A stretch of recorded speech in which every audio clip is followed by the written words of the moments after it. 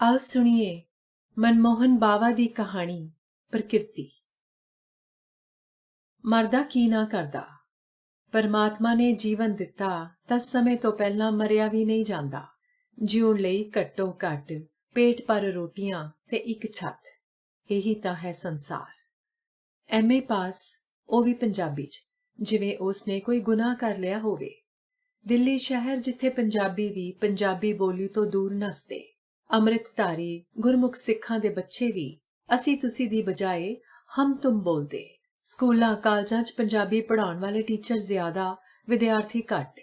ਜੇਬ ਖਾਲੀ, ਪੇਟ ਖਾਲੀ, ਮਸਤਕ ਭਰਿਆ ਹੋਇਆ ਸਵੈ ਅਭਿਮਾਨ ਦੇ ਨਾਲ, ਮਿੱਥਕ ਗਿਆਨ ਦੇ ਨਾਲ, ਆਦਰਸ਼ਾਂ ਦੇ ਭਰਮ ਨਾਲ, ਰਿਸ਼ਤੇਦਾਰਾਂ ਦੇ ਘਰ ਜਾਣ ਦੀ ਸ਼ਰਮ ਨਾਲ।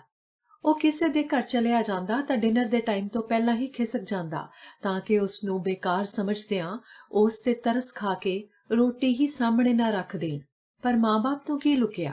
150 ਰੁਪਏ ਮਿਲ ਜਾਂਦੇ ਤਾਂ ਕੁਝ ਦਿਨ ਗੁਜ਼ਾਰਾ ਚੱਲਦਾ।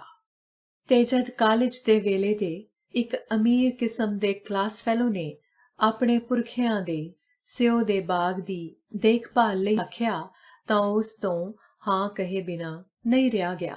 ਕੁਝ ਦਿਨ ਬਾਅਦ ਹੀ ਉਹ ਪਹਿਲਾਂ ਰੇਲ ਤੇ ਫਿਰ ਬੱਸ ਰਾਹੀਂ ਅਤੇ ਬੱਸ ਤੋਂ ਉਤਰਨ ਤੋਂ ਬਾਅਦ 15-20 ਕਿਲੋਮੀਟਰ ਉਤਰਾਈਆਂ ਚੜਾਈਆਂ, ਨਿੱਕੇ ਨਿੱਕੇ ਪਿੰਡਾਂ, ਜੰਗਲਾਂ ਚੋਂ ਲੰਘਦਾ ਹੋਇਆ ਸਿਓ ਦੇ ਉਸ ਬਾਗ 'ਚ ਜਾ ਪੁੱਜਾ। ਸਿਓ ਦੇ ਰੁੱਖਾਂ ਵਿਚਕਾਰ ਘਿਰੇ ਹੋਏ 2 ਮਕਾਨ, ਇੱਕ ਵੱਡਾ ਇੱਕ ਛੋਟਾ, ਇੱਕ ਉਸ ਲਈ, ਦੂਜਾ ਚੌਕੀਦਾਰ ਲਈ।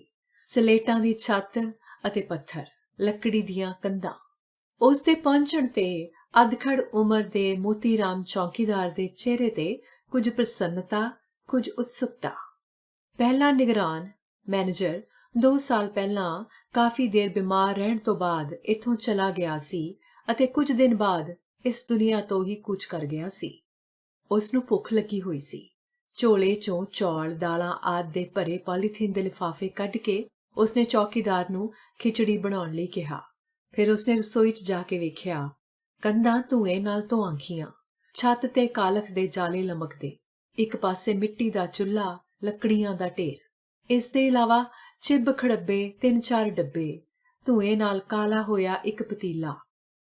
ਮੋਤੀ ਰਾਮ ਚੌਕੀਦਾਰ ਨੇ ਦਾਲ ਚੌਲ ਵੇਖੇ ਤਾਂ ਅੱਖਾਂ 'ਚ ਚਮਕ ਆ ਗਈ। ਸ਼ਾਇਦ ਬੜੇ ਦਿਨਾਂ ਬਾਅਦ ਵੇਖੇ ਸਨ। ਰਾਤ ਸੌਣ ਲਈ ਦਿਆਰ ਦੇ ਫੱਟਿਆਂ ਦਾ ਬਣਿਆ ਤਖਤਪੋਸ਼, ਉੱਪਰ ਗੁਦੜੇ ਵਰਗੀ ਤਲਾਈ, ਚੱਦਰ ਨਦਾਰਦ, ਰਜਾਈ ਬੋ ਮਾਰਦੀ। ਸ਼ੁਕਰ ਇਹ ਕਿ ਉਹ ਆਪਣੇ ਨਾਲ ਇੱਕ ਲੋਈ ਲੈ ਆਇਆ ਸੀ, ਇੱਕ ਆਲੇ 'ਚ ਬਲਦੀ ਤੇਲ ਦੀ ਟਿਬਰੀ। ਛੇਤੀ ਹੀ ਸ਼ਹਿਰ ਜਾ ਕੇ ਲਾਲਟੈਨ, ਚੰਗਾ ਜਿਹਾ ਬਿਸਤਰ ਅਤੇ ਹੋਰ ਚੀਜ਼ਾਂ ਲੈ ਕੇ ਆਵਾਂਗਾ। ਰਾਤ ਵੇਲੇ ਦੇਵਦਾਰ ਅਤੇ ਸਿਓ ਦੇ ਰੁੱਖਾਂ 'ਚੋਂ ਲੰਘਦੀ ਸ਼ਾਂ-ਸ਼ਾਂ ਕਰਦੀ ਤੇਜ਼ ਹਵਾ, ਫਿਰ ਇੱਕਦਮ ਹਵਾ ਬੰਦ। ਉਸ ਤੋਂ ਬਾਅਦ ਐਸੀ ਖੌਫਨਾਕ ਚੁੱਪ ਕਿ ਜੇ ਰੁੱਖ ਦਾ ਪੱਤਾ ਵੀ ਡਿੱਗੇ ਤਾਂ ਸੁਣਾਈ ਦੇ ਜਾਵੇ। ਕਦੀ-ਕਦੀ ਚੁੱਪ ਨੂੰ ਚੀਰਦੀ ਕਿਸੇ ਜੰਗਲੀ ਜਾਨਵਰ ਦੀ ਆਵਾਜ਼। ਸਵੇਰੇ ਉੱਠ ਕੇ ਵੇਖਿਆ ਤਾਂ ਮੋਤੀ ਰਾਮ ਦੇ ਚਿਹਰੇ ਤੇ ਸਾਫ਼ ਵਰਕੇ ਵਰਗੀ ਪ੍ਰਸੰਨਤਾ ਝਲਕ ਰਹੀ ਸੀ। ਉਸਨੇ ਦੱਸਿਆ ਕਿ ਇੰਨਾ ਸੁਆਦੀ ਖਾਣਾ ਉਸਨੇ ਬੜੇ ਦਿਨਾਂ ਬਾਅਦ ਖਾਧਾ ਸੀ। ਰਾਤ ਆਵਾਜ਼ਾਂ ਕਿਸ ਦੀਆਂ ਆ ਰਹੀਆਂ ਸਨ? ਉਸਨੇ ਪੁੱਛਿਆ। ਭਾਲੂ, ਚੀਤੇ, ਭੇੜੀਏ, ਹੋਰ ਕਿਸ ਦੀਆਂ? ਭਾਲੂ, ਚੀਤੇ? ਜੀ ਸਾਹਿਬ, ਮੈਂ ਕਿਤੇ ਮੱਕੀ ਬੀਜੀ ਹੋਈ ਹੈ। ਜਦ ਕੁਕੜੀਆਂ ਲੱਗਦੀਆਂ ਨੇ ਤਾਂ ਭਾਲੂ ਆ ਜਾਂਦਾ ਖਾਣ ਲਈ, ਸਿਓ ਪੱਕਣ ਤੇ ਵੀ। ਉਹ ਮਨ ਹੀ ਮਨ ਘਬਰਾ ਜਾਂਦਾ ਹੈ। 3-4 ਕਿਲੋਮੀਟਰ ਤੱਕ ਕੋਈ ਪਿੰਡ ਵੀ ਨਹੀਂ। ਆਲੇ ਦੁਆਲੇ ਭਾਲੂ, ਚੀਤੇ ਤੇ ਭੇੜੀਏ, ਗੱਲਾਂ ਕਰਨ ਲਈ ਬਸ ਇਹ ਮੋਤੀ ਰਾਮ। ਕਿਵੇਂ ਕੱਟੀਆਂ ਜਾਣਗੀਆਂ ਇਹ ਦਿਨ ਅਤੇ ਰਾਤਾਂ? ਅਸੀਮ ਚੁੱਪ। ਇਸ ਤੋਂ ਦਿੱਲੀ ਸ਼ਹਿਰ 'ਚ ਭੁੱਖੇ ਢਿੱਡ ਚੰਗਾ। ਬਸ ਛੇਤੀ ਤੋਂ ਛੇਤੀ ਇਸ ਬਾਗ ਬਲਾ ਤੋਂ ਖਹਿੜਾ ਛੁਡਾ ਕੇ ਚਲਿਆ ਜਾਵਾਂਗਾ, ਉਸਨੇ ਮਨ ਹੀ ਮਨ ਕਿਹਾ।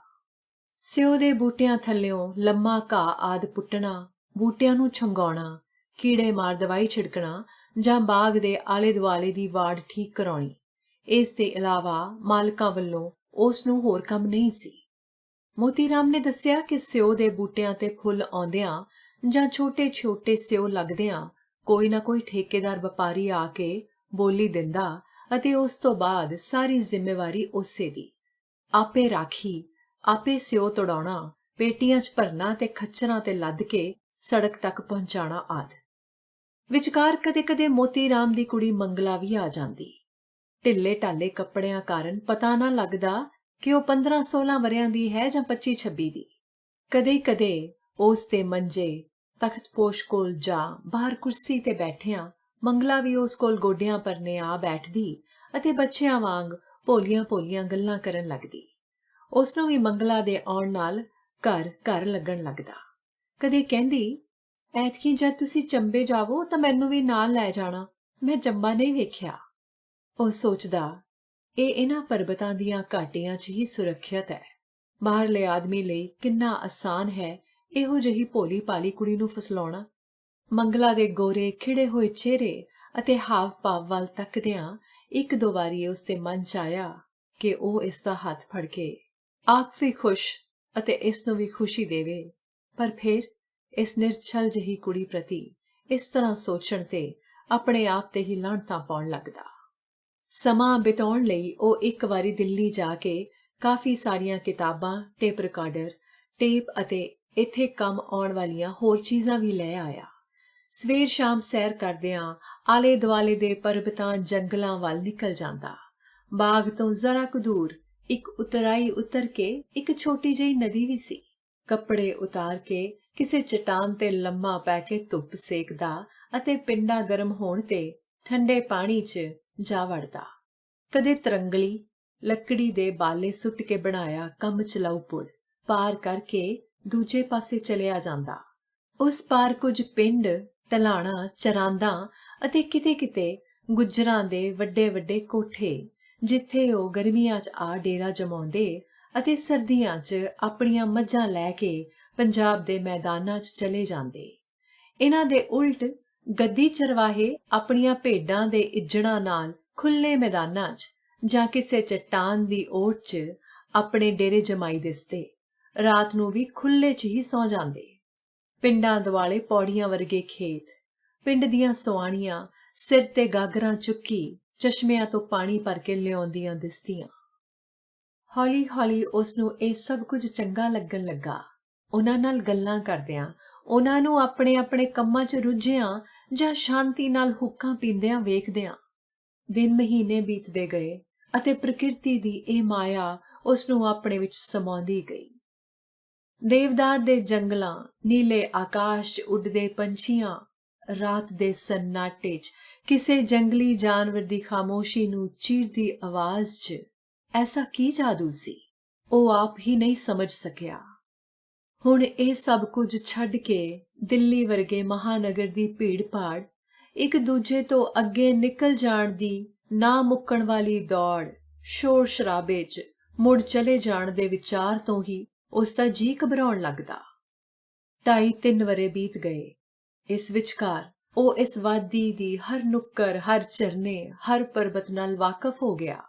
ਉਸ ਨੂੰ ਲੱਗਾ ਜਿਵੇਂ ਉਸ ਨੂੰ ਆਪਣੀ ਮਨਪਸੰਦ ਦੀ ਚਾਲ ਅਤੇ ਮਾਹੌਲ ਵਾਲਾ ਜੀਵਨ ਪ੍ਰਾਪਤ ਹੋ ਗਿਆ ਹੋਵੇ।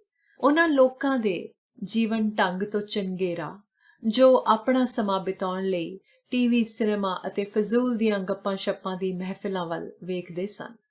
ਹੁਣ ਇਹ ਪਰਬਤਾਂ ਦਾ ਥੀਏਟਰ ਹੀ ਉਸ ਦਾ ਮਨ ਪਰਚਾਵਾ ਸੀ। ਸਵੇਰੇ ਉੱਠਦਿਆਂ ਹੀ ਆਪਣੀ ਬਾਰੀ 'ਚੋਂ ਸ਼ਿਵ ਪਰਬਤ ਪਿੱਛਿਓਂ ਨਿਕਲਦਾ ਸੂਰਜ, ਦੇਵਦਾਰ ਦੀਆਂ ਢਲਾਨਾਂ, ਚਹਿਚਹਾਉਂਦੇ ਪੰਛੀਆਂ, ਕਲ-ਕਲ ਕਰਦੇ ਚਸ਼ਮਿਆਂ ਵੱਲ ਵੇਖ ਕੇ ਉਸ ਦੇ ਮਨ 'ਚ ਉੱਠਦਾ ਕਿ ਇਸ ਤੋਂ ਜ਼ਿਆਦਾ ਆਕਰਸ਼ਕ ਦ੍ਰਿਸ਼ ਹੋਰ ਕੀ ਹੋ ਸਕਦਾ ਹੈ। ਇੱਥੇ ਪੁਸਤਕਾਂ ਪੜ੍ਹਨ ਦਾ ਮਜ਼ਾ ਵੀ ਹੋਰ ਤਰ੍ਹਾਂ, ਜਿਵੇਂ ਨਵੇਂ ਵਿਚਾਰਾਂ ਦਾ ਅੰਮ੍ਰਿਤ ਮਸਤਕ 'ਚ ਘੁਲ ਰਿਹਾ ਹੋਵੇ। ਬਹੁਤ ਦਿਨਾਂ ਤੋਂ ਉਹ ਦੂਰ ਦਿਸਦੇ ਸ਼ਿਵ ਪਰਬਤ ਦੇ ਪੈਰਾਂ ਤੱਕ ਜਾਣ ਦਾ ਵਿਚਾਰ ਬਣਾ ਰਿਹਾ ਸੀ। ਫੇਰ ਕਦੇ ਅਗਲੇ ਹਫ਼ਤੇ ਕਰਦਿਆਂ-ਕਰਦਿਆਂ ਗਰਮੀਆਂ ਨਿਕਲ ਜਾਂਦੀਆਂ ਅਤੇ ਹਿਮਪਾਤ ਸ਼ੁਰੂ ਹੋ ਜਾਂਦਾ। ਸ਼ਿਵ ਪਰਬਤ ਦੇ ਇੱਕ ਪਾਸੇ ਇੱਕ ਘਾਟੀ, ਦर्रा ਵੀ ਸੀ, ਜਿਸ ਥਾਣੀ ਹੋ ਕੇ ਸਥਾਨਕ ਅਤੇ ਸਰਕਾਰੀ ਕਰਮਚਾਰੀ ਗਰਮੀਆਂ 'ਚ ਇਸ ਵਾਦੀ ਤੋਂ ਉਸ ਪਾਰ ਵਾਲੀ ਵਾਦੀ 'ਚ ਜਾਂਦੇ ਰਹਿੰਦੇ ਸਨ। ਥੋੜ੍ਹੀ ਬਹੁਤ ਆਵਾਜਾਈ ਵੀ ਸ਼ੁਰੂ ਹੋ ਜਾਂਦੀ ਸੀ। ਬਰਫ਼ ਪਿਘਲਣ ਤੋਂ ਕੁਝ ਦਿਨ ਬਾਅਦ ਉਹ ਆਪਣੇ ਪਿੱਠੂ 'ਚ ਕੁਝ ਖਾਣ-ਪੀਣ ਦਾ ਸਮਾਨ ਅਤੇ ਕੰਬਲ ਆਦਿ ਰੱਖ ਕੇ ਸ਼ਿਵ ਪਰਬਤ ਵੱਲ ਤੁਰ ਪੈਂਦਾ ਹੈ। ਮੋਤੀ ਰਾਮ ਨੂੰ ਨਾਲ ਚੱਲਣ ਤੋਂ ਮਨਾ ਕਰ ਦਿੰਦਾ ਹੈ ਕਿਉਂਕਿ ਉਹ ਬਿਨਾਂ ਕਿਸੇ ਵਿਘਨ ਦੇ ਪਥ ਅਤੇ ਪ੍ਰਕਿਰਤੀ ਨਾਲ ਮੂਕ ਵਾਰਤਾਲਾਪ ਕਰਨਾ ਚਾਹੁੰਦਾ ਹੈ। ਇਸ ਭਾਵੀ ਤੋਂ ਬੇਖਬਰ ਕਿ ਪ੍ਰਕਿਰਤੀ ਨਾਂ ਦੀ ਕੋਈ ਸੱਚਮੁੱਚ ਹੀ ਕਿਤੇ ਰਸਤੇ 'ਚ ਬੈਠੀ ਜਿਵੇਂ ਉਸ ਦੀ ਉਡੀਕ ਕਰ ਰਹੀ ਹੋਵੇ। ਕੁਝ ਰਸਤਾ ਉਸਨੇ ਪਹਿਲਾਂ ਹੀ ਵੇਖਿਆ ਹੋਇਆ। ਉਸ ਤੋਂ ਅੱਗੇ ਦੇ ਰਸਤੇ, ਗੁਫਾਵਾਂ, ਸਰੋਵਰਾਂ ਬਾਰੇ ਮੋਤੀ ਰਾਮ ਨੇ ਦੱਸ ਹੀ ਦਿੱਤਾ ਸੀ। ਵਿਚਕਾਰ ਉਹ ਦਿੱਲੀ ਜਾ ਕੇ ਆਪਣੇ ਦੋਸਤ ਕੋਲੋਂ ਉਸ ਦਾ ਵਧੀਆ ਕੈਮਰਾ ਮੰਗ ਲਿਆਇਆ ਸੀ। ਇਸ ਨਾਲ ਟੈਲੀਲੈਂਸ ਵੀ ਸੀ ਜਿਸ ਦੁਆਰਾ ਦੂਰ ਬੈਠੇ ਪੰਛੀਆਂ, ਜਾਨਵਰਾਂ ਦੀ ਫੋਟੋ ਵੀ ਖਿੱਚੀ ਜਾ ਸਕਦੀ ਸੀ। ਹੁਣ ਸ਼ਿਵ ਪਰਬਤ ਵੱਲ ਜਾਣ ਦਾ ਇੱਕ ਫੌਰੀ ਕਾਰਨ ਇਹ ਵੀ ਸੀ ਕਿ ਬਰਫਾਨੀ ਚੀਤਾ ਨਾਲ ਲੱਗਦੇ ਲੇਹ ਲਦਾਖ ਦੇ ਪਰਬਤਾਂ ਵੱਲੋਂ ਇਸ ਪਾਸੇ ਆ ਗਿਆ ਹੋਇਆ ਸੀ। ਜਦ ਕਦੇ ਖਾਣ ਲਈ ਉੱਪਰ ਕੁਝ ਨਾ ਮਿਲਦਾ ਤਾਂ ਕਦੇ-ਕਦੇ ਥੱਲੇ ਵੀ ਆ ਜਾਂਦਾ ਅਤੇ ਕੋਈ ਬੱਕਰੀ ਜਾਂ ਛੋਟਾ ਜਾਨਵਰ ਚੁੱਕ ਕੇ ਲੈ ਜਾਂਦਾ। ਸਰਦੀਆਂ ਦੀ ਰੁੱਤ ਖਤਮ ਹੋਣ ਤੋਂ ਕੁਝ ਦਿਨ ਪਹਿਲਾਂ ਹੀ ਉਸਨੇ ਚੀਤੇ ਨੂੰ ਆਪਣੇ ਬਾਗ ਤੋਂ ਕਾਫੀ ਦੂਰ ਇੱਕ ਚੱਟਾਨ ਤੇ ਖੜੇ ਵੇਖਿਆ ਸੀ। ਚਿੱਟੀ ਚਮੜੀ ਉੱਪਰ ਗੂੜੇ ਲਾਖੇ ਰੰਗ ਦੇ ਧੱਬੇ, ਸਰੀਰ ਕੁਝ ਸ਼ੇਰ ਵਰਗਾ। ਉਹ ਡਰ ਕੇ ਨੱਸ ਜਾਣ ਦੀ ਬਜਾਏ ਹੌਲੀ-ਹੌਲੀ ਰੁੱਖਾਂ ਚੱਟਾਨਾਂ ਪਿੱਛੇ ਲੁਕਦਿਆਂ ਉਸ ਵੱਲ ਵੱਧਦਾ ਰਿਹਾ। ਡਰਿਆ ਇਸ ਕਰਕੇ ਨਹੀਂ ਕਿ ਹਾਲੇ ਤੱਕ ਕਿਸੇ ਬਰਫਾਨੀ ਚੀਤੇ ਨੂੰ ਕਿਸੇ ਆਦਮੀ ਤੇ ਹਮਲਾ ਕਰਨ ਬਾਰੇ ਨਹੀਂ ਸੀ ਸੁਣਿਆ। ਆਦਮੀ ਤੋਂ ਖਤਰਨਾਕ ਜੀਵ ਇਸ ਧਰਤੀ ਤੇ ਭਲਾ ਹੋਰ ਕੌਣ ਹੈ? ਚੀਤੇ ਦੀ ਨਜ਼ਰ ਵੀ ਉਸ ਤੇ ਪਈ। ਉਹ ਕਿਸੇ ਰਹੱਸਮਈ ਜੀਵ ਵਾਂਗ ਲੋਪ ਹੋ ਗਿਆ। ਉਸ ਨੂੰ ਇਹੀ ਅਫਸੋਸ ਕਿ ਉਸ ਕੋਲ ਉਸ ਵੇਲੇ ਕੈਮਰਾ ਨਹੀਂ ਸੀ। ਉਹ ਤਰੰਗਲੀ ਪਾਰ ਕਰਕੇ ਚੜਾਈਆਂ ਉਤਰਾਈਆਂ ਚੜ੍ਹਦਾ ਉਤਰਦਾ ਸ਼ਿਵ ਪਰਬਤ ਵੱਲ ਜਾਣ ਵਾਲੀ ਪਗਡੰਡੀ ਤੇ ਤੁਰਦਾ ਜਾ ਰਿਹਾ ਹੈ।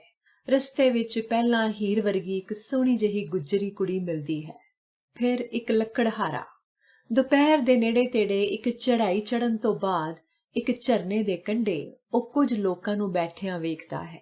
3 ਪਹਾੜੀ ਕੁਲੀ, ਇੱਕ ਸ਼ਹਿਰੀ ਆਦਮੀ ਤੇ ਇੱਕ ਤੀਵੀਂ। ਆਦਮੀ ਦੀ ਉਮਰ 32-33 ਦੇ ਲਗਭਗ ਅਤੇ ਤੀਵੀਂ ਦੀ 20 ਤੋਂ 25 ਵਿਚਕਾਰ। ਆਦਮੀ ਆਪਣੀ ਉਮਰ ਤੋਂ ਜ਼ਿਆਦਾ ਦਾ ਦਿਸ ਰਿਹਾ ਹੈ ਤੇ ਤੀਵੀਂ ਉਮਰ ਤੋਂ ਘੱਟ, ਜਿਸ ਨੂੰ ਤੀਵੀਂ ਦੀ ਬਜਾਏ ਕੁੜੀ ਕਹਿਣਾ ਬਿਹਤਰ ਹੋਵੇਗਾ। ਕੁੜੀ ਇਹਨਾਂ ਤੋਂ ਕੁਝ ਦੂਰ ਇੱਕ ਚੱਟਾਨ ਤੇ ਖੜੀ ਹਿਮ ਪਰਬਤ ਵੱਲ ਵੇਖ ਰਹੀ ਹੈ। ਜਦੋਂ ਉਸਨੇ ਹੈਲੋ ਕਹਿ ਕੇ ਕੁੜੀ ਨੂੰ ਬੁਲਾਇਆ ਤਾਂ ਕੁੜੀ ਵੀ ਗਰਦਨ ਘੁਮਾ ਕੇ ਉਸ ਵੱਲ ਤੱਕਦੀ ਹੈ। ਫਿਰ ਚੱਟਾਨ ਤੋਂ ਬੜੀ ਫੁਰਤੀ ਨਾਲ ਛਾਲ ਮਾਰ ਕੇ ਪੱਥਰ ਰੱਖ ਕੇ ਬਣਾਏ ਚੁੱਲ੍ਹੇ ਕੋਲ ਆ ਖੜੀ ਹੁੰਦੀ ਹੈ। ਉਹ ਉਸ ਵੱਲ ਤੱਕ ਕੇ ਹੌਲੀ ਦੇਣੀ ਹੈਲੋ ਕਹਿੰਦੀ ਹੈ ਤੇ ਮੁੜ ਦੂਰ ਦਿਸਦੀ ਸ਼ਿਵ ਪਰਬਤ ਦੀ ਚੋਟੀ ਵੱਲ ਤੱਕਣ ਲੱਗਦੀ ਹੈ। ਤੁਸੀਂ ਕਿੱਧਰ ਜਾ ਰਹੇ ਹੋ? ਉਹ ਪੁੱਛਦਾ ਹੈ। ਉਹ ਜਾਣਦਾ ਹੈ ਕਿ ਕਿਸੇ ਸਰਕਾਰੀ ਕਰਮਚਾਰੀ ਦੀ ਬਦਲੀ ਉਸ ਪਾਸੇ ਹੋ ਜਾਣ ਤੇ ਉਸ ਨੂੰ ਇਸ ਪਾਸਿਓਂ ਹੋ ਕੇ ਹੀ ਜਾਣਾ ਪੈਂਦਾ ਹੈ। ਪਤਾ ਨਹੀਂ ਕੀ ਪਾਪ ਕੀਤੇ ਸੀ ਪਿਛਲੇ ਜਨਮ 'ਚ ਕਿ ਉਸ ਪਾਸੇ ਦੀ ਬਦਲੀ ਹੋ ਗਈ। ਬਾਊ ਵੇਦ ਪ੍ਰਕਾਸ਼ ਕੁਝ ਖਿਝਿਆ ਬੋਲਦਾ ਹੈ। ਬਸ ਸਜ਼ਾ ਭੁਗਤਣ ਜਾ ਰਹੇ ਹਾਂ। ਪਰ ਇਸ ਤੇ ਉਲਟ ਉਸ ਦੀ ਪਤਨੀ ਪ੍ਰਕਿਰਤੀ ਬਹੁਤ ਖੁਸ਼ ਅਤੇ ਚੜ੍ਹਦੀਆਂ ਕਲਾਂ 'ਚ ਨਜ਼ਰ ਆ ਰਹੀ ਹੈ। ਕੀ ਉਹੀ ਹੈ ਸ਼ਿਵ ਪਰਬਤ? ਪ੍ਰਕਿਰਤੀ ਉਸ ਵੱਲ ਤੱਕਦਿਆਂ ਪੁੱਛਦੀ ਹੈ। ਉਸ ਕੋਲ ਬਹੁਤ ਘੱਟ ਸਮਾਨ ਅਤੇ ਇਕੱਲਿਆਂ ਹੋਣ ਕਰਕੇ ਪ੍ਰਕਿਰਤੀ ਨੇ ਅਨੁਮਾਨ ਲਾਇਆ ਸੀ ਕਿ ਉਹ ਕਿਤੇ ਇੱਥੋਂ ਦਾ ਹੀ ਰਹਿਣ ਵਾਲਾ ਹੈ। ਹਾਂ, ਉਹੀ ਹੈ ਸ਼ਿਵ ਪਰਬਤ। ਅਤੇ ਸਾਡਾ ਰਸਤਾ ਉਸ ਪਾਸੇ ਹੋ ਕੇ ਨਿਕਲੇਗਾ? ਹਾਂ, ਤਕਰੀਬਨ ਉਸ ਦੇ ਪੈਰਾਂ 'ਚੋਂ ਹੋ ਕੇ, ਯਾਨੀ ਸ਼ਿਵ ਦੇ ਚਰਨਾਂ ਕੋਲੋਂ ਹੋ ਕੇ। ਉਹ ਖੁਸ਼ ਹੁੰਦਿਆਂ ਕਹਿੰਦੀ ਹੈ। ਉੱਥੇ ਬਰਫਾਂ ਵੀ ਹੋਣਗੀਆਂ? ਬਾਊ ਡਰਿਆ ਜਿਹਾ ਹੈ। ਇਹ ਦੋਵੇਂ ਇੱਕੋ ਸ਼ਹਿਰ, ਇੱਕੋ ਵਾਤਾਵਰਣ ਦੇ ਰਹਿਣ ਵਾਲੇ, ਪਰ ਸੋਚ ਅਤੇ ਦ੍ਰਿਸ਼ਟੀਕੋਣ ਵੱਖਰਾ। ਉਹ ਸੋਚ ਰਿਹਾ ਸੀ, ਇੱਕ ਨੂੰ ਇੱਕ ਸਥਾਨ ਸਵਰਗ ਦਿੰਦਾ ਹੈ ਤੇ ਦੂਜੇ ਨੂੰ ਨਰਕ। ਤੁਸੀਂ ਵੀ ਉਸ ਪਾਸੇ ਜਾ ਰਹੇ ਹੋ? ਬਾਊ ਪੁੱਛਦਾ ਹੈ। ਬਸ ਸ਼ਿਵ ਪਰਬਤ ਦੇ ਚਰਨਾਂ ਤੱਕ। ਮੇਰੀ ਤੇ ਮਜਬੂਰੀ, ਪਰ ਤੁਸੀਂ? ਬਸ ਐਵੇਂ ਹੀ। ਸਭ ਕੰਮ ਜੇ ਮਜਬੂਰੀ ਕਾਰਨ ਹੀ ਕਰਨੇ ਪੈਣ ਤਾਂ ਆਦਮੀ ਦੀ ਆਪਣੀ ਮਰਜ਼ੀ ਕੀ ਹੋਈ। ਤੁਸੀਂ ਕਿਤੇ ਇੱਥੇ ਹੀ ਰਹਿੰਦੇ ਹੋ? ਪ੍ਰਕਿਰਤੀ ਪੁੱਛਦੀ ਹੈ। ਹਾਂ, ਨੇੜੇ ਹੀ ਸਿਓ ਦਾ ਬਾਗ ਹੈ ਇੱਥੇ, ਉਸ ਵਿੱਚ। ਵਾਹ, ਕਿੰਨੇ ਖੁਸ਼ਕਿਸਮਤ ਹੋ। ਪ੍ਰਕਿਰਤੀ ਤਾੜੀ ਮਾਰਦਿਆਂ ਕਹਿੰਦੀ ਹੈ। ਝਰਨੇ ਤੋਂ ਪਾਣੀ ਪੀ ਕੇ ਉਹ ਚੱਲਣ ਲੱਗਦਾ ਹੈ ਤਾਂ ਬਾਊ ਕਹਿੰਦਾ ਹੈ, ਐਨੀ ਛੇਤੀ ਵੀ ਕੀ? ਖਿਚੜੀ ਬਣਨ ਵਾਲੀ ਹੈ, ਖਾ ਕੇ ਇਕੱਠੇ ਚੱਲਦੇ ਹਾਂ। ਪ੍ਰਕਿਰਤੀ ਹਾਂ 'ਚ ਹਾਂ ਮਿਲਾਉਂਦੀ ਹੈ। ਖਿਚੜੀ ਖਾ ਕੇ ਉਹ ਅੱਗੇ ਵੱਲ ਤੁਰ ਪੈਂਦੇ ਹਨ। ਚੜ੍ਹਾਈ ਆਉਣ ਤੇ ਬਾਊ ਦਾ ਸਾਹ ਚੜ੍ਹਨ ਲੱਗਦਾ ਹੈ ਅਤੇ ਉਸ ਦੀ ਚਾਲ ਬਹੁਤ ਹੌਲੀ ਹੋ ਜਾਂਦੀ ਹੈ, ਪਰ ਪ੍ਰਕਿਰਤੀ ਉਸ ਦੇ ਕਦਮ ਨਾਲ ਕਦਮ ਮਿਲਾਉਂਦੀ ਚੱਲ ਰਹੀ ਹੈ। ਜਦੋਂ ਬਾਊ ਅਤੇ ਉਹਨਾਂ ਵਿਚਕਾਰ ਫਾਸਲਾ ਵੱਧ ਜਾਂਦਾ ਹੈ ਤਾਂ ਉਹ ਦੋਵੇਂ ਕਿਸੇ ਚੱਟਾਨ ਤੇ ਬੈਠ ਕੇ ਗੱਲਾਂ ਕਰਦੇ ਅਤੇ ਬਾਊ ਦੇ ਆਉਣ ਦਾ ਇੰਤਜ਼ਾਰ ਕਰਨ ਲੱਗਦੇ ਹਨ। ਤੁਸੀਂ ਸ਼ਹਿਰ ਦੇ ਰਹਿਣ ਵਾਲੇ ਹੋ, ਪਰ ਲੱਗਦਾ ਹੈ ਕਿ ਚੜ੍ਹਾਈਆਂ ਚੜ੍ਹਦਿਆਂ ਤੁਹਾਨੂੰ ਕੋਈ ਖਾਸ ਥਕਾਵਟ ਮਹਿਸੂਸ ਨਹੀਂ ਹੋ ਰਹੀ, ਉਹ ਪ੍ਰਕਿਰਤੀ ਨੂੰ ਕਹਿੰਦਾ ਹੈ। ਸ਼ਾਇਦ ਇਸ ਕਾਰਨ ਕਿ ਕਾਲਜ ਦੇ ਦਿਨਾਂ 'ਚ ਮੈਂ ਐਥਲੀਟ ਸਾਂ, ਤੇ ਇਸ ਕਾਰਨ ਵੀ ਕਿ ਮੈਨੂੰ ਇਹ ਸਭ ਕੁਝ ਚੰਗਾ ਲੱਗ ਰਿਹਾ ਹੈ। ਐਥਲੀਟ? ਹਾਂ, ਲੌਂਗ ਜੰਪ, ਦੌੜਾਂ ਤੇ ਬੈਡਮਿੰਟਨ। ਰੌਂ 'ਚ ਆ ਕੇ ਪ੍ਰਕਿਰਤੀ ਆਪਣੇ ਮੁਤੱਲਕ ਗੱਲਾਂ ਕਰਨ ਲੱਗਦੀ ਹੈ। ਇਸ ਤਰ੍ਹਾਂ ਦੇ ਖੁੱਲ੍ਹੇ ਵਾਤਾਵਰਣ 'ਚ ਵਿਅਕਤੀ ਦੇ ਆਪਣੇ ਅੰਦਰ ਪਈਆਂ ਕਈ ਗੰਢਾਂ ਆਪਣੇ ਆਪ ਖੁੱਲ੍ਹਣ ਲੱਗਦੀਆਂ ਹਨ। ਉਸ ਨੂੰ ਲੱਗਿਆ ਜਿਵੇਂ ਪ੍ਰਕਿਰਤੀ ਅੰਦਰ ਕੋਈ ਹੋਰ ਤਰ੍ਹਾਂ ਦੀ ਆਤਮਾ ਕੈਦ ਹੈ, ਜਿਸ ਨੂੰ ਅੱਜ ਹਵਾ ਲੱਗਣ ਦਾ ਅਵਸਰ ਮਿਲਿਆ ਹੈ। ਸੂਰਜ ਢਲਣ ਤੋਂ ਕੁਝ ਦੇਰ ਪਹਿਲਾਂ ਪ੍ਰਕਿਰਤੀ ਉਸ ਨੂੰ ਕਹਿੰਦੀ ਹੈ, ਲੱਗਦਾ ਹੈ ਕਿ ਅਸੀਂ ਤੁਹਾਨੂੰ ਰੋਕ ਰਹੇ ਹਾਂ। ਸ਼ਾਇਦ ਉਹ ਅਨੁਭਵ ਕਰਨ ਲੱਗ ਪਈ ਸੀ ਕਿ ਉਸ ਨੂੰ ਆਪਣੇ ਬਾਊ ਨਾਲ ਤੁਰਨਾ ਚਾਹੀਦਾ ਹੈ, ਜਾਂ ਕਿਤੇ ਇਸ ਅਜਨਬੀ ਨਾਲ ਤੁਰਦਿਆਂ ਗੱਲਾਂ ਕਰਦਿਆਂ ਵੇਖ ਕੇ ਉਹ ਬੁਰਾ ਹੀ ਨਾ ਮਨਾਉਣ। ਉਹ ਆਪ ਹੀ ਕਹਿੰਦਾ ਹੈ, ਹਾਂ, ਤੁਹਾਨੂੰ ਉਹਨਾਂ ਦੇ ਨਾਲ ਨਾਲ ਚੱਲਣਾ ਚਾਹੀਦਾ ਹੈ। ਲੱਗਦਾ ਹੈ ਕਿ ਉਹ ਬਹੁਤ ਥਕਾਵਟ ਮਹਿਸੂਸ ਕਰ ਰਹੇ ਹਨ। ਅਗਲਾ ਪੜਾਅ ਬਸ ਬਹੁਤ ਨੇੜੇ ਹੀ ਹੈ। ਮੈਂ ਵੀ ਉੱਥੇ ਕਿਤੇ ਨੇੜੇ ਹੀ ਹੋਵਾਂਗਾ। ਇਹ ਕਹਿ ਕੇ ਉਹ ਆਪਣੇ ਚੱਲਣ ਦੀ ਰਫ਼ਤਾਰ ਵਧਾਉਂਦਿਆਂ ਅੱਗੇ ਨਿਕਲ ਜਾਂਦਾ ਹੈ। ਸੂਰਜ ਢਲਣ ਤੋਂ ਕੁਝ ਦੇਰ ਪਹਿਲਾਂ ਉਹ ਇੱਕ ਛੋਟੇ ਜਿਹੇ ਸਰੋਵਰ ਕੋਲ ਪਹੁੰਚਦਾ ਹੈ। ਇਸ ਨੂੰ ਅਪਸਰਾ ਤਾਲ ਦੇ ਨਾਂ ਨਾਲ ਜਾਣਿਆ ਜਾਂਦਾ ਹੈ। ਲੋਕਾਂ ਦਾ ਕਹਿਣਾ ਹੈ ਕਿ ਇਸ ਤਾਲ 'ਚ ਕੋਈ ਅਪਸਰਾ ਜਾਂ ਪਰੀ ਰਹਿੰਦੀ ਹੈ ਅਤੇ ਕਈਆਂ ਨੇ ਉਸ ਨੂੰ ਵੇਖਿਆ ਵੀ ਹੈ। ਇਸ ਤਾਲ ਦੇ ਖੱਬੇ ਪਾਸੇ ਕੁਝ ਉੱਪਰ ਕਰਕੇ ਆਜੜੀਆਂ ਦੇ ਕੁਝ ਡੇਰੇ ਹਨ, ਚਟਾਨਾਂ ਦੀ ਓਟ ਵਿੱਚ, ਪਰ ਉਹ ਡੇਰਿਆਂ ਵੱਲ ਨਹੀਂ ਜਾਂਦਾ। ਇਸ ਦੇ ਸੱਜੇ ਪਾਸੇ ਗੁਫਾ ਵਰਗਾ ਇੱਕ ਹੋਰ ਡੇਰਾ ਹੈ, ਜਿੱਥੇ ਇੱਕ ਵਾਰੀ ਪਹਿਲਾਂ ਵੀ ਉਹ ਰਾਤ ਗੁਜ਼ਾਰ ਚੁੱਕਿਆ ਸੀ। ਉੱਥੋਂ ਖੜਿਆਂ ਸਵੇਰ ਵੇਲੇ ਇਸ ਸਰੋਵਰ 'ਚ ਸ਼ਿਵ ਪਰਬਤ ਦਾ ਅਕਸ ਬਹੁਤ ਪਿਆਰਾ ਲੱਗਦਾ ਹੈ। ਉਹ ਉਸ ਡੇਰੇ 'ਚ ਜਾ ਕੇ ਪਹਿਲਾਂ ਤੋਂ ਹੀ ਪਈ ਸੁੱਕੀ ਘਾਹ ਤੇ ਕੰਬਲ ਵਿਛਾ ਕੇ ਇੱਕ ਪਾਸੇ ਬਣੇ ਚੁੱਲ੍ਹੇ ਤੇ ਅੱਗ ਬਾਲਦਾ ਹੈ ਅਤੇ ਆਪਣੇ ਨਾਲ ਲਿਆਂਦੇ ਪਰੌਂਠੇ ਗਰਮ ਕਰਕੇ ਖਾ ਲੈਂਦਾ ਹੈ। ਪਿਛਲੀ ਵਾਰ ਆਇਆ ਤਾਂ ਕੈਮਰਾ ਉਸ ਕੋਲ ਨਹੀਂ ਸੀ। ਹੁਣ ਅਗਲੀ ਸਵੇਰ ਉਹ ਕੈਮਰਾ ਚੁੱਕ ਕੇ ਇੱਕ ਐਸੇ ਸਥਾਨ ਤੇ ਜਾ ਖੜਾ ਹੁੰਦਾ ਹੈ ਜਿੱਥੋਂ ਇਸ ਸਰੋਵਰ 'ਚ ਸ਼ਿਵ ਪਰਬਤ ਦੇ ਅਕਸ ਦੀ ਫੋਟੋ ਖਿੱਚੀ ਜਾ ਸਕੇ। ਸੂਰਜ ਨਿਕਲਿਆ ਹੋਇਆ ਅਤੇ ਉਸ ਦੀ ਕੋਸੀ-ਕੋਸੀ ਧੁੱਪ ਸਰੋਵਰ ਦੁਆਲੇ ਹਰੀਆਂ ਢਲਾਨਾਂ ਤੇ ਪਸਰੀ ਹੋਈ ਹੈ। ਕੈਮਰੇ ਨੂੰ ਫੋਕਸ ਕਰਕੇ ਵਿਊ ਫਾਈਂਡਰ 'ਚ ਸਰੋਵਰ 'ਚ ਪੈ ਰਹੇ ਸ਼ਿਵ ਪਰਬਤ ਦੇ ਅਕਸ ਨੂੰ ਵੇਖਦਾ ਹੈ। ਅਕਸ ਦੇ ਨਾਲ ਹੀ ਉਹ ਇੱਕ ਹੋਰ ਆਕ੍ਰਿਤੀ ਵੇਖਦਾ ਹੈ, ਜਿਵੇਂ ਉਹ ਆਕ੍ਰਿਤੀ ਸੱਚਮੁੱਚ ਦੀ ਅਪਸਰਾ ਹੋਵੇ। ਉਹ ਮਨ ਹੀ ਮਨ ਵਿੱਚ ਹੈਰਾਨ ਹੁੰਦਿਆਂ ਕੈਮਰੇ ਤੋਂ ਅੱਖਾਂ ਪਰੇ ਕਰਕੇ ਸਰੋਵਰ ਵੱਲ ਵੇਖਦਾ ਹੈ। ਸੱਚਮੁੱਚ ਹੀ ਇੱਕ ਇਸਤਰੀ ਦਾ ਆਕਾਰ ਪਾਣੀ ਵਿੱਚੋਂ ਨਿਕਲ ਕੇ ਸਰੋਵਰ ਦੇ ਕੰਢੇ ਇੱਕ ਚੱਟਾਨ ਤੇ ਖੜਾ ਹੋ ਜਾਂਦਾ ਹੈ। ਇਸਤਰੀ ਤਕਰੀਬਨ ਨਿਰਵਸਤਰ ਅਤੇ ਸਵੇਰ ਦੇ ਸੂਰਜ ਦੀ ਧੁੱਪ ਉਸ ਦੇ ਸਰੀਰ ਨੂੰ ਸੁਨਹਿਰੀ ਭਾ ਬਖਸ਼ ਰਹੀ ਹੈ। ਪਰ ਇਹ ਕੋਈ ਅਪਸਰਾ ਜਾਂ ਪਰੀ ਨਹੀਂ, ਪ੍ਰਕਿਰਤੀ ਹੈ, ਜੋ ਸ਼ਿਵ ਪਰਬਤ ਵੱਲ ਅਤੇ ਫੇਰ ਸੂਰਜ ਵੱਲ ਤੱਕਦਿਆਂ ਬਾਹਾਂ ਪਸਾਰੀ ਜਿਵੇਂ ਆਪਣੀ ਹੀ ਮਸਤੀ 'ਚ ਝੂਮ ਰਹੀ ਹੋਵੇ, ਜਿਵੇਂ ਉਹ ਵੀ ਕੁਦਰਤ ਦੀ ਇਸ ਵਿਸ਼ਾਲਤਾ ਦਾ ਅੰਗ ਬਣ ਗਈ ਹੋਵੇ।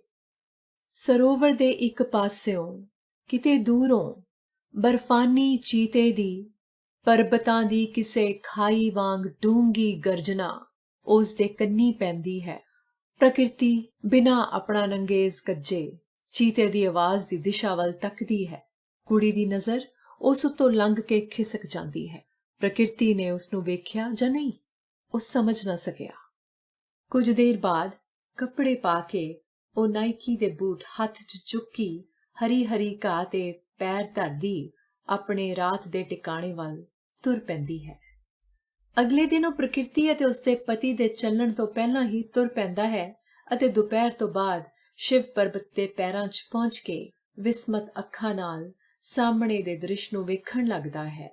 ਤਿੰਨ ਪਾਸੇ ਹਰੀਆਂ ਹਰੀਆਂ ਢਲਾਨਾਂ ਉੱਪਰ ਬਰਫਾਨੀ ਪਰਬਤ, ਪਰਬਤਾਂ 'ਚੋਂ ਸਿਰ ਕੱਢਦਾ ਸ਼ਿਵ ਪਰਬਤ ਦਾ ਸਿਖਰ, ਬਰਫਾਂ 'ਚੋਂ ਨਿਕਲਦੇ ਦੋ ਝਰਨੇ, ਜੋ ਮੈਦਾਨ ਦੇ ਦੋਹੀਂ ਪਾਸੇ ਵਗਦੇ ਦਿਸ ਰਹੇ ਹਨ। ਵਾਹ, ਕੀ ਇਸ ਤੋਂ ਵੱਧ ਖੂਬਸੂਰਤ ਸਥਾਨ ਵੀ ਇਸ ਧਰਤੀ ਤੇ ਹੋ ਸਕਦਾ ਹੈ? ਉਹ ਮਨ ਹੀ ਮਨ ਸੋਚਦਾ ਹੈ। ਮੈਦਾਨ ਦੇ ਇੱਕ ਪਾਸੇ 3-4 ਵੱਡੀਆਂ ਚੱਟਾਨਾਂ, ਇੱਕ ਵਿਸ਼ਾਲ ਚੱਟਾਨ ਦੀ ਓਟ 'ਚ ਪੱਥਰ ਦੀਆਂ ਕੰਧਾਂ ਵਾਲਾ ਇੱਕ ਕਮਰਾ ਜਿਹਾ ਬਣਿਆ ਹੋਇਆ, ਜਿਸ ਨੂੰ ਬਹੁਤ ਵਰ੍ਹੇ ਪਹਿਲਾਂ ਸਰਕਾਰ ਨੇ ਸ਼ਿਵ ਸ਼ੰਕਰ ਘਾਟੀ ਨੂੰ ਪਾਰ ਕਰਨ ਵਾਲਿਆਂ ਲਈ ਬਣਵਾਇਆ ਸੀ। ਅੰਦਰ ਜਾ ਕੇ ਵੇਖਦਾ ਹੈ ਕਿ ਕਮਰੇ ਦੇ ਦੋਵੇਂ ਪਾਸੇ ਰੇਲਵੇ ਦੇ 3 ਟੀਅਰ ਸਲੀਪਰਾਂ ਵਾਂਗ ਬੰਕਰ ਬਣੇ ਹੋਏ ਹਨ, ਲੱਕੜੀ ਦੇ ਫੱਟਿਆਂ ਦੇ। 4-5 ਪਹਾੜੀ ਯਾਤਰੀ ਆਪਣੇ ਮੈਲੇ ਪਿੱਠੂਆਂ ਗਠੜੀਆਂ ਸਮੇਤ ਪਹਿਲਾਂ ਹੀ ਲੱਕੜੀ ਦੇ ਫਰਸ਼ ਤੇ ਬੈਠੇ ਹੋਏ ਹਨ। ਕਾਲੀ ਲੰਮੀ ਜੱਤ ਵਾਲਾ ਇੱਕ ਗੱਦੀ ਕੁੱਤਾ ਵੀ ਇੱਕ ਗਠੜੀ ਤੇ ਆਪਣੀ ਬੂਥੀ ਟਿਕਾਈ ਲੰਮਾ ਪਿਆ ਹੈ। ਕੁੱਤਾ ਇੱਕ ਵਾਰ ਸਿਰ ਚੁੱਕ ਕੇ ਉਸ ਵੱਲ ਤੱਕਦਾ ਤੇ ਫਿਰ ਉਸੇ ਤਰ੍ਹਾਂ ਲੰਮਾ ਪੈ ਜਾਂਦਾ ਹੈ। ਉਸੇ ਵੇਲੇ ਪਰਬਤਾਂ ਤੋਂ ਪਿੱਛੋਂ ਕਾਲੇ ਬੱਦਲ ਉੱਠਦੇ ਅਤੇ ਆਕਾਸ਼ 'ਚ ਪਸਰ ਜਾਂਦੇ ਹਨ। ਠੰਡ ਇੱਕਦਮ ਵੱਧ ਜਾਂਦੀ ਹੈ। ਉਂਝ ਵੀ ਇਹ ਸਥਾਨ 11-12 ਹਜ਼ਾਰ ਫੁੱਟ ਉੱਚਾ ਹੈ। ਆਪਣਾ ਪਿੱਠੂ ਇੱਕ ਬੰਕਰ ਤੇ ਰੱਖ ਕੇ ਉਹ ਬਦਲਦੇ ਮੌਸਮ ਵੱਲ ਤੱਕਣ ਲੱਗਦਾ ਹੈ। ਕੁਝ ਦੇਰ ਬਾਅਦ ਪ੍ਰਕਿਰਤੀ ਅਤੇ ਉਸ ਦਾ ਪਤੀ ਆਪਣੇ 3 ਕੁਲੀਆਂ ਸਮੇਤ ਅੰਦਰ ਆ ਵੜਦੇ ਹਨ। ਬਾਹਰ ਥੋੜੀ ਕਿਣਮਿਣ ਹੋਣ ਕਾਰਨ ਥੋੜੇ ਜਿਹੇ ਭਿੱਜੇ ਹੋਏ ਹਨ। ਬਾਉਵੇਦ ਪ੍ਰਕਾਸ਼ ਅੰਦਰ ਆਉਂਦਿਆਂ ਹੀ ਆਪਣੇ ਆਪ ਨੂੰ ਪੁੰਜੇ ਸੁੱਟਦਿਆਂ ਬੁੜਬੁੜ ਕਰਦਾ ਹੈ, ਓਏ ਦੇਬੂ, ਲੱਕੜੀਆਂ ਇਕੱਠੀਆਂ ਕਰਕੇ ਛੇਤੀ ਨਾਲ ਅੱਗ ਬਾਲ। ਫਿਰ ਪ੍ਰਕਿਰਤੀ ਨੂੰ ਝੋਲੇ 'ਚੋਂ ਬੋਤਲ ਕੱਢਣ ਲਈ ਕਹਿੰਦਾ ਹੈ। ਉਹ ਠੰਡ ਨਾਲ ਜਾਨ ਨਿਕਲਦੀ ਜਾ ਰਹੀ ਹੈ। ਲੱਕੜਾਂ ਇਕੱਠੀਆਂ ਕਰਨ ਦੀ ਲੋੜ ਨਹੀਂ ਪੈਂਦੀ। ਠੰਡ ਦਾ ਅੰਦਾਜ਼ਾ ਲਾਉਂਦਿਆਂ ਪਹਿਲਾਂ ਆਉਣ ਵਾਲੇ ਯਾਤਰੀਆਂ ਨੇ ਇਕੱਠੀਆਂ ਕਰ ਲਈਆਂ ਹੋਈਆਂ ਹਨ। ਕੁਝ ਦੇਰ ਬਾਅਦ ਹੀ ਕੰਧ 'ਚ ਬਣੀ ਫਾਇਰਪਲੇਸ ਅੰਗੀਠੀ ਜਿਹੀ 'ਚ ਅੱਗ ਬਲਣ ਲੱਗਦੀ ਹੈ। ਤੁਸੀਂ ਅੱਗੇ ਚਲੇ ਆਏ। ਪ੍ਰਕਿਰਤੀ ਦੇ ਬੋਲਾਂ 'ਚ ਥੋੜਾ ਜਿਹਾ ਗਿਲਾ ਹੈ। ਮੈਨੂੰ ਲੱਗਿਆ ਕਿ ਤੁਹਾਨੂੰ ਤੁਰਦਿਆਂ ਦੇਰ ਹੋ ਜਾਵੇਗੀ। ਮੈਂ ਰਸਤੇ 'ਚ ਕੁਝ ਫੋਟੋਆਂ ਖਿੱਚਣੀਆਂ ਸਨ ਸ਼ਿਵ ਪਰਬਤ ਦੀਆਂ, ਅਤੇ ਜੇ ਕੋਈ ਜੰਗਲੀ ਜਾਨਵਰ ਜਾਂ ਬਰਫਾਨੀ ਚੀਤਾ ਮਿਲੇ ਤਾਂ ਉਸ ਦੀਆਂ। ਤਾਂ ਫਿਰ ਖਿੱਚ ਲਈਆਂ ਫੋਟੋਆਂ? ਹਾਂ, ਚੰਗਾ ਹੀ ਹੋਇਆ, ਨਹੀਂ ਤਾਂ ਸ਼ਿਵ ਪਰਬਤ ਨੂੰ ਬੱਦਲਾਂ ਨੇ ਟੱਕ ਲੈਣਾ ਸੀ। ਤੁਸੀਂ ਵੇਖ ਹੀ ਰਹੇ ਹੋ। ਕੁਝ ਦੇਰ ਬਾਅਦ ਬਾਹਰ ਹਲਕੀ ਬਰਫ਼ ਪੈਣ ਲੱਗਦੀ ਹੈ, ਰੂਹ ਦੇ ਫੰਬਿਆਂ ਵਾਂਗ। ਉਹ ਅਤੇ ਪ੍ਰਕਿਰਤੀ ਵਿਸਮਤ ਅੱਖਾਂ ਨਾਲ ਬਾਹਰ ਵੱਲ ਤੱਕਦੇ ਹਨ। ਹੌਲੀ ਡਿੱਗਦੀ ਬਰਫ਼ ਨਾਲ ਪਹਿਲਾਂ ਘਾਹ, ਫਿਰ ਪੱਥਰ ਤੇ ਫਿਰ ਸਭ ਕੁਝ ਢੱਕਿਆ ਜਾਂਦਾ ਹੈ। ਗੁਫਾ-ਨੁਮਾ ਕਮਰੇ ਅੰਦਰ ਲੱਕੜੀਆਂ 'ਚੋਂ ਨਿਕਲਦੀ ਅੱਗ ਦੀਆਂ ਲਾਟਾਂ ਦੀ ਮੱਧਮ ਲੋ, ਪਹਾੜੀ ਯਾਤਰੀ, ਜੱਤ ਵਾਲਾ ਕੁੱਤਾ ਅਤੇ ਇਹ ਬਰਫ਼ਬਾਰੀ, ਉਸ ਨੂੰ ਇਹ ਸਾਰਾ ਕੁਝ ਅਲੌਕਿਕ, ਰਹੱਸਮਈ ਲੱਗ ਰਿਹਾ ਹੈ। ਪ੍ਰਕਿਰਤੀ ਵੀ ਪਹਿਲਾਂ ਬਾਹਰ ਵੇਖਦੀ ਅਤੇ ਉਸ ਦੇ ਬੁੱਲ੍ਹਾਂ ਤੇ ਵੀ ਆਨੰਦ ਭਰੀ ਮੁਸਕਰਾਹਟ ਖਿੰਡ ਜਾਂਦੀ ਹੈ। ਘੰਟੇ ਕੁ ਬਾਅਦ ਹੀ ਬਰਫ਼ਬਾਰੀ ਰੁਕਦੀ ਅਤੇ ਆਕਾਸ਼ ਮੁੜ ਸਾਫ਼ ਹੋ ਜਾਂਦਾ ਹੈ। ਇਸ ਤਰ੍ਹਾਂ ਜਿਵੇਂ ਬੱਦਲ ਉਹਨਾਂ ਨੂੰ ਇੱਕ ਅਲੌਕਿਕ ਨਜ਼ਾਰਾ ਵਿਖਾਉਣ ਹੀ ਆਏ ਹੋਣ। ਇਸ ਸੁਪਨਮਈ ਵਾਤਾਵਰਣ ਨੂੰ ਹੋਰ ਗੂੜਾ ਕਰਦਿਆਂ ਬਰਫਾਨੀ ਚੀਤੇ ਦੀ ਆਵਾਜ਼ ਵਾਯੂਮੰਡਲ 'ਚ ਗੂੰਜ ਉੱਠਦੀ ਹੈ। ਉਹ ਆਪਣੀ ਜੈਕਟ ਦੀ ਜ਼ਿਪ ਬੰਦ ਕਰਦਾ, ਕੈਮਰਾ ਮੋਢੇ ਤੇ ਲਮਕਾਉਂਦਾ ਤੇ ਬਾਹਰ ਨਿਕਲ ਜਾਂਦਾ ਹੈ। ਪ੍ਰਕਿਰਤੀ ਵੀ ਆਪਣਾ ਗਰਮ ਸ਼ਾਲ ਆਪਣੇ ਦੁਆਲੇ ਵੱਲਦੀ ਅਤੇ ਉਸ ਦੇ ਪਿੱਛੇ ਤੁਰ ਪੈਂਦੀ ਹੈ। ਉਸ ਦੇ ਪਿੱਛੇ ਵੇਖਣ ਤੇ ਪ੍ਰਕਿਰਤੀ ਕਹਿੰਦੀ ਹੈ, ਮੇਰੇ ਨਾਲ ਚੱਲਣ ਤੇ ਤੁਹਾਨੂੰ ਕੋਈ ਇਤਰਾਜ਼ ਤਾਂ ਨਹੀਂ? ਉਹ ਦੋਵੇਂ ਨਾਲ ਤੁਰਨ ਲੱਗਦੇ ਹਨ। ਬਰਫ਼ ਬਹੁਤੀ ਨਹੀਂ ਪਈ। ਉਹਨਾਂ ਦੇ ਬੂਟ 1.5 ਇੰਚ ਮੋਟੀ ਬਰਫ਼ ਦੀ ਤਹਿ ਤੇ ਨਿਸ਼ਾਨ ਬਣਾਉਂਦੇ ਜਾ ਰਹੇ ਹਨ। ਚੀਤੇ ਦੀ ਆਵਾਜ਼ ਫੇਰ ਕਰਨੀ ਪੈਂਦੀ ਹੈ, ਹੁਣ ਕਿਤੋਂ ਬਹੁਤ ਨੇੜਿਓਂ। ਉਹ ਆਪਣੇ ਕੈਮਰੇ ਨੂੰ ਕੇਸ 'ਚੋਂ ਬਾਹਰ ਕੱਢ ਕੇ ਅਗਲੇ ਪਾਸੇ ਲਮਕਾ ਲੈਂਦਾ ਹੈ। ਟੈਲੀ ਲੈਂਸ ਪਹਿਲਾਂ ਹੀ ਫਿੱਟ ਕਰ ਲਿਆ ਹੈ। ਉਸ ਅੰਦਰ ਉਤਸੁਕਤਾ ਅਤੇ ਚਰਨਾਹਟ ਜਿਹੀ ਛਿੜ ਉੱਠਦੀ ਹੈ। ਹਾਲੇ ਤੱਕ ਬਹੁਤ ਘੱਟ ਫੋਟੋਗ੍ਰਾਫਰ ਹੀ ਪ੍ਰਕਿਰਤਿਕ ਵਾਤਾਵਰਣ 'ਚ ਇਸ ਮਾਇਆਮਈ ਚੀਤੇ ਨੂੰ ਆਪਣੇ ਕੈਮਰੇ 'ਚ ਬੰਦ ਕਰ ਸਕੇ ਸਨ। ਬਸ ਇੱਕ ਫੋਟੋ ਲਈ ਉਹ ਜਿਵੇਂ ਅਦਿੱਖ ਚੀਤੇ ਅੱਗੇ ਪ੍ਰਾਰਥਨਾ ਕਰ ਰਿਹਾ ਹੋਵੇ। ਬਰਫ਼ ਥੱਲੇ ਟੱਕੇ ਇੱਕ ਪੱਥਰ ਤੇ ਠੇਡਾ ਲੱਗਣ ਨਾਲ ਪ੍ਰਕਿਰਤੀ ਦੇ ਪੈਰ ਲੜਖੜਾਉਂਦੇ ਹਨ। ਉਹ ਝੱਟ ਆਪਣਾ ਹੱਥ ਵਧਾ ਕੇ ਅਤੇ ਉਸ ਦਾ ਹੱਥ ਫੜ ਕੇ ਉਸ ਨੂੰ ਸੰਭਾਲ ਲੈਂਦਾ ਹੈ। ਅਚਾਨਕ ਉਹ ਪ੍ਰਕਿਰਤੀ ਦੇ ਹੱਥ ਦੀ ਪਕੜ ਮਜ਼ਬੂਤ ਹੁੰਦਿਆਂ ਅਨੁਭਵ ਕਰਨ ਲੱਗਦਾ ਹੈ। ਨਾਲ ਹੀ ਉਹ ਇੱਕ ਪਾਸੇ ਉੱਪਰ ਵੱਲ ਇਸ਼ਾਰਾ ਕਰਦੀ ਹੈ। ਉਹ ਵੇਖਦਾ ਹੈ ਕਿ ਉਹਨਾਂ ਤੋਂ ਕੁਝ ਉੱਪਰ ਦੋ ਚੱਟਾਨਾਂ ਵਿਚਕਾਰ ਸਫੈਦ ਬਰਫਾਨੀ ਚੀਤਾ ਖੜਾ ਆਪਣੀਆਂ ਬਲੌਰੀ ਚਮਕਦੀਆਂ ਅੱਖਾਂ ਨਾਲ ਉਹਨਾਂ ਨੂੰ ਵੇਖ ਰਿਹਾ ਹੈ। ਉਹ ਦੋਵੇਂ ਮੰਤਰ ਮੁਗਧ ਜਿਹੇ ਉਸ ਵੱਲ ਤੱਕਦੇ ਹਨ। ਉਹਨਾਂ ਨੂੰ ਲੱਗਦਾ ਹੈ ਜਿਵੇਂ ਚੀਤੇ ਦੀਆਂ ਬਲੌਰੀ ਅੱਖਾਂ ਉਹਨਾਂ ਨੂੰ ਆਪਣੇ ਵੱਲ ਖਿੱਚ ਰਹੀਆਂ ਹੋਣ। ਪਾਸ਼ਾਨ ਯੁੱਗ ਜਾਂ ਕਿਸੇ ਮਿਥਕ ਜੀਵ ਦੀ ਤਰ੍ਹਾਂ, ਕੁਦਰਤ ਦੇ ਕਿਸੇ ਸ਼ਾਹਕਾਰ ਦੀ ਤਰ੍ਹਾਂ। ਕੁਝ ਦੇਰ ਲਈ ਉਹ ਭੁੱਲ ਹੀ ਜਾਂਦਾ ਹੈ ਕਿ ਉਸਨੇ ਚੀਤੇ ਦੀ ਫੋਟੋ ਖਿੱਚਣੀ ਹੈ। ਫਿਰ ਆਪਣੇ ਕੈਮਰੇ ਦੀ ਯਾਦ ਆਉਂਦਿਆਂ ਹੀ ਉਹ ਕੈਮਰਾ ਅੱਖ ਨਾਲ ਲਾ ਕੇ ਲੈਂਸ ਦਾ ਫੋਕਸ ਠੀਕ ਕਰਦਿਆਂ ਲੈਂਸ ਘੁਮਾਉਂਦਾ ਅਤੇ ਸ਼ਟਰ ਦੱਬ ਦਿੰਦਾ ਹੈ। ਸ਼ਟਰ ਦੀ ਟਕ ਦੀ ਆਵਾਜ਼ ਜਾਂ ਉਸ ਤੋਂ ਇੱਕ ਅੱਧਾ ਪਲ ਪਹਿਲਾਂ ਚੀਤਾ ਇੰਜ ਲੋਪ ਹੋ ਜਾਂਦਾ ਹੈ ਜਿਵੇਂ ਉੱਥੇ ਕੁਝ ਹੈ ਹੀ ਨਹੀਂ ਸੀ। ਉਹ ਕੈਮਰੇ ਨੂੰ ਪਰਾਂ ਕਰਕੇ ਪ੍ਰਕਿਰਤੀ ਵੱਲ ਤੱਕਦਿਆਂ ਪੁੱਛਦਾ ਹੈ, ਉਹ ਸੱਚਮੁੱਚ ਚੀਤਾ ਹੀ ਸੀ? ਹਾਂ, ਸੱਚਮੁੱਚ ਬਰਫਾਨੀ ਚੀਤਾ। ਕੀ ਉਹ ਸ਼ਟਰ ਦਬਾਉਣ ਤੋਂ ਪਹਿਲਾਂ ਹੀ ਗਾਇਬ ਹੋ ਗਿਆ ਜਾਂ ਬਾਅਦ ਵਿੱਚ? ਕਹਿ ਨਹੀਂ ਸਕਦੀ ਨਿਸ਼ਚਿਤ ਤੌਰ ਤੇ। ਖੈਰ, ਇਸ ਬਰਫਾਨੀ ਚੀਤੇ ਦੇ ਦਰਸ਼ਨ ਹੀ ਕਿਸੇ ਭਾਗਾਂ ਵਾਲੇ ਨੂੰ ਹੁੰਦੇ ਹਨ। ਉਹ ਆਪਣੇ ਆਪ ਨੂੰ ਢਾਰਸ ਦਿੰਦਿਆਂ ਕਹਿੰਦਾ ਹੈ। ਕੁਝ ਦੇਰ ਖੜੇ ਰਹਿਣ ਤੋਂ ਬਾਅਦ ਉਹ ਪ੍ਰਕਿਰਤੀ ਨੂੰ ਪੁੱਛਦਾ ਹੈ, ਪਿੱਛੇ ਮੁੜੀਏ ਜਾਂ ਅੱਗੇ ਚੱਲਣਾ? ਨਾਲ ਹੀ ਸੋਚਦਾ ਹੈ ਕਿ ਉਸ ਨੂੰ ਇਹ ਕਹਿਣ ਦਾ ਅਧਿਕਾਰ ਹੈ ਵੀ ਜਾਂ ਨਹੀਂ। ਉਸ ਗੁਫਾ 'ਚ ਜਾ ਕੇ ਕੀ ਕਰਨਾ? ਮਸਾਂ ਤਾਂ ਬਾਹਰ ਨਿਕਲਣਾ ਹੋਇਆ ਹੈ। ਇਸ ਤਰ੍ਹਾਂ ਦਾ ਸਭ ਕੁਝ ਜੀਵਨ 'ਚ ਵਾਰ-ਵਾਰ ਤਾਂ ਨਹੀਂ ਆਉਂਦਾ। ਉਹ ਪ੍ਰਕਿਰਤੀ ਦੇ ਇਹਨਾਂ ਸ਼ਬਦਾਂ ਦੇ ਅਰਥ ਲੱਭਣ ਦਾ ਯਤਨ ਕਰਦਾ ਹੈ। ਪ੍ਰਕਿਰਤੀ ਕਦੇ ਆਪਣੇ ਵਿਆਹ ਤੋਂ ਪਹਿਲਾਂ ਦੀਆਂ ਤੇ ਕਦੀ ਇਹਨਾਂ ਪਰਬਤਾਂ ਦੀਆਂ ਗੱਲਾਂ ਕਰ ਰਹੀ ਹੈ। ਬਾਊ ਵੇਦ ਪ੍ਰਕਾਸ਼ ਨਾਲ ਵਿਆਹ ਤੋਂ ਬਾਅਦ ਦੇ ਦਿਨਾਂ ਬਾਰੇ ਬਿਲਕੁਲ ਚੁੱਪ, ਜਿਵੇਂ ਵਿਆਹ ਤੋਂ ਬਾਅਦ ਉਸ ਦੀਆਂ ਸਾਰੀਆਂ ਇੱਛਾਵਾਂ ਸੁਪਨਿਆਂ ਦਾ ਗਲਾ ਘੁੱਟਿਆ ਗਿਆ ਹੋਵੇ। ਕਿਤੇ ਕਿਤੇ ਚੱਟਾਨਾਂ ਵਿਚਕਾਰ ਰੰਗ ਬਰੰਗੇ ਫੁੱਲ ਖਿੜੇ ਦਿਸਦੇ ਹਨ। ਉਹਨਾਂ ਤੇ ਪੈਰ ਰੱਖਣ ਤੋਂ ਬਚਦਿਆਂ ਉਹ ਪ੍ਰਕਿਰਤੀ ਨੂੰ ਕਹਿੰਦਾ ਹੈ, ਕੀ ਤੈਨੂੰ ਪਤਾ ਹੈ ਮੈਂ ਤੈਨੂੰ ਅਪਸਰਾ ਕੁੰਡ ਕੋਲ ਖੜੇ ਵੇਖਿਆ ਸੀ? ਉਹ ਹਾਂ 'ਚ ਸਿਰ ਹਿਲਾਉਂਦਿਆਂ ਮੁਸਕਰਾਉਂਦੀ ਹੈ, ਜਿਵੇਂ ਪ੍ਰਕਿਰਤੀ ਨੂੰ ਉਸ ਦਾ ਇੰਜ ਵੇਖ ਲੈਣਾ ਚੰਗਾ ਲੱਗਿਆ ਹੋਵੇ। ਤੁਹਾਨੂੰ ਇੰਜ ਇਕੱਲਿਆਂ ਰਹਿੰਦਿਆਂ ਇਕੱਲਤਾ ਮਹਿਸੂਸ ਨਹੀਂ ਹੁੰਦੀ? ਪ੍ਰਕਿਰਤੀ ਪੁੱਛਦੀ ਹੈ। ਪਹਿਲਾਂ ਹੁੰਦੀ ਸੀ, ਪਰ ਹੁਣ ਲੱਗਦਾ ਹੈ ਜਿਵੇਂ ਸ਼ਹਿਰ 'ਚ ਰਹਿੰਦੇ ਐਵੇਂ ਵਕਤ ਜ਼ਾਇਆ ਕਰ ਰਿਹਾ ਸਾਂ, ਫਜ਼ੂਲ ਦੀ ਨਸ ਭੱਜ 'ਚ। ਹੁਣ ਤਾਂ ਜੇ ਕੋਈ 2-4 ਦਿਨ ਤੋਂ ਵੱਧ ਆ ਜਾਵੇ ਤਾਂ ਅੱਖਰਨ ਲੱਗ ਪੈਂਦਾ ਹੈ। ਜੇ ਮੈਂ ਕਦੀ ਆਵਾਂ ਤਾਂ? ਉੱਤਰ 'ਚ ਉਹ ਚੁੱਪ ਰਹਿੰਦਾ ਹੈ। ਜਵਾਬ ਨਹੀਂ ਦਿੱਤਾ ਮੇਰੇ ਸਵਾਲ ਦਾ। ਉਹ ਉਸ ਦਾ ਹੱਥ ਘੁੱਟਦਿਆਂ ਕਹਿੰਦੀ ਹੈ, ਹਰ ਸਵਾਲ ਦਾ ਜਵਾਬ ਸ਼ਬਦਾਂ 'ਚ ਦੇਣਾ ਜ਼ਰੂਰੀ ਨਹੀਂ ਹੁੰਦਾ। ਤੁਰਦਿਆਂ ਤੁਰਦਿਆਂ ਉਹਨਾਂ ਦਾ ਸਰੀਰ ਕਦੇ-ਕਦੇ ਇੱਕ ਦੂਜੇ ਨਾਲ ਛੋਹ ਰਿਹਾ ਹੈ। ਕੁਝ ਦੇਰ ਪਹਿਲਾਂ ਬੱਦਲਾਂ ਦੇ ਟੁਕੜਿਆਂ ਪਿੱਛੇ ਲੁਕਿਆ ਸ਼ਿਵ ਪਰਬਤ ਦਾ ਸਿਖਰ ਕਿਸੇ ਚਮਤਕਾਰ ਵਾਂਗ ਪ੍ਰਗਟ ਹੋ ਜਾਂਦਾ ਹੈ। ਡੁੱਬਦੇ ਸੂਰਜ ਦੀ ਲਾਲੀ ਨਾਲ ਪਰਬਤਾਂ ਦੀ ਚੋਟੀ ਸੁਨਹਿਰੀ ਭਾ ਮਾਰ ਰਹੀ ਹੈ। ਪ੍ਰਕਿਰਤੀ ਉਸ ਦਾ ਹੱਥ ਛੱਡ ਕੇ ਰੁਕ ਜਾਂਦੀ ਹੈ। ਉਸ ਦੇ ਮੁਖ ਤੇ ਅਲੌਕਿਕ ਜਿਹੀ ਆਭਾ ਝਲਕ ਰਹੀ ਹੈ। ਉਹ ਕਹਿ ਰਹੀ ਹੈ, ਤੁਸੀਂ ਸੁਣ ਰਹੇ ਹੋ ਸ਼ਿਵ ਪਰਬਤ ਵੱਲੋਂ ਆ ਰਹੀ ਡਮਰੂ, ਮੰਜੀਰੇ ਤੇ ਬਾਂਸਰੀ ਦੀ ਮਧੁਰ ਆਵਾਜ਼? ਇਸ ਤੋਂ ਪਹਿਲਾਂ ਉਸ ਨੇ ਲੋਕਾਂ ਦੇ ਮੂੰਹੋਂ ਕਦੇ-ਕਦੇ ਆਉਂਦੀਆਂ ਆਵਾਜ਼ਾਂ ਬਾਰੇ ਸੁਣਿਆ ਸੀ, ਪਰ ਲੋਕਾਂ ਦਾ ਐਵੇਂ ਭਰਮ ਸਮਝ ਕੇ ਪਰਵਾਹ ਨਹੀਂ ਸੀ ਕੀਤੀ। ਹੁਣ ਉਹ ਵੀ ਕੰਨ ਲਾ ਕੇ ਸੁਣਨ ਲੱਗਦਾ ਹੈ।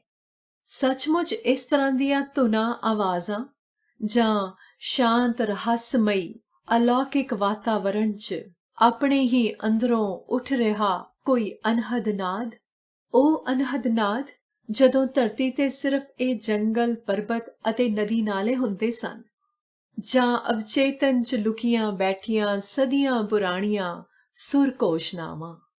ਸੂਰਜ ਢਲਣ ਤੋਂ ਬਾਅਦ ਕੁਸਮੁਸੇ 'ਚ ਉਹ ਦੋਵੇਂ ਇੱਕ ਦੂਜੇ ਦਾ ਹੱਥ ਫੜੀ ਗੁਫਾਨੁਮਾ ਕਮਰੇ ਕੋਲ ਆ ਖੜੇ ਹੁੰਦੇ ਹਨ। ਪ੍ਰਕਿਰਤੀ ਅੰਦਰ ਜਾਣ ਤੋਂ ਪਹਿਲਾਂ ਕਿਸੇ ਅਦਿੱਖ ਪ੍ਰੇਰਨਾ ਅਧੀਨ ਅੱਗੇ ਵੱਧ ਕੇ ਉਸ ਨੂੰ ਆਪਣੀਆਂ ਬਾਹਾਂ 'ਚ ਘੁੱਟ ਲੈਂਦੀ ਹੈ। ਉਹ ਵੀ ਪ੍ਰਕਿਰਤੀ ਦੇ ਇਸ ਅਚਾਨਕ ਵਿਹਾਰ ਦਾ ਆਪਣੇ ਹੱਥਾਂ ਦੀ ਕੱਸ ਰਾਹੀਂ ਜਵਾਬ ਦਿੰਦਾ ਹੈ। ਇੰਜ ਲੱਗਦਾ ਹੈ ਜਿਵੇਂ ਉਹ ਇਸ ਸ਼ਾਮ ਇਸ ਵਾਤਾਵਰਣ ਦੇ ਉਪਹਾਰ ਨੂੰ ਕੁਝ ਹੋਰ ਲੰਮਿਆਂ ਕਰਨਾ ਚਾਹੁੰਦੇ ਹੋਣ। ਫਿਰ ਅੰਦਰੋਂ ਕਿਸੇ ਖੜਾਕ ਦੀ ਆਵਾਜ਼ ਨਾਲ ਉਹ ਮੁੜ ਹੋਸ਼ ਵਿੱਚ ਆਉਂਦੇ ਹਨ। ਉਹ ਪ੍ਰਕਿਰਤੀ ਦੇ ਭਖਦੇ ਚਿਹਰੇ ਨੂੰ ਆਪਣੇ ਦੋਵਾਂ ਹੱਥਾਂ ਵਿਚਕਾਰ ਲੈਂਦਿਆਂ ਉਸ ਦੇ ਨਾਲ ਬੁੱਲਾਂ ਤੇ ਹਲਕਾ ਜਿਹਾ ਚੁੰਮਣ ਦਿੰਦਾ ਹੈ। ਸ਼ੁਕਰੀਆ ਕਹਿੰਦਿਆਂ ਪ੍ਰਕਿਰਤੀ ਉਸ ਤੋਂ ਵੱਖ ਹੁੰਦੀ ਅਤੇ ਅੰਦਰ ਜਾ ਵੜਦੀ ਹੈ। ਉਹ ਕੁਝ ਦੇਰ ਹੋਰ ਬਾਹਰ ਖੜਾ ਸ਼ਿਵ ਪਰਬਤ ਨੂੰ ਸ਼ਾਮ ਦੇ ਕੁਸਮੁਸੇ 'ਚ ਲੀਨ ਹੁੰਦਿਆਂ ਵੇਖਦਾ ਰਹਿੰਦਾ ਹੈ।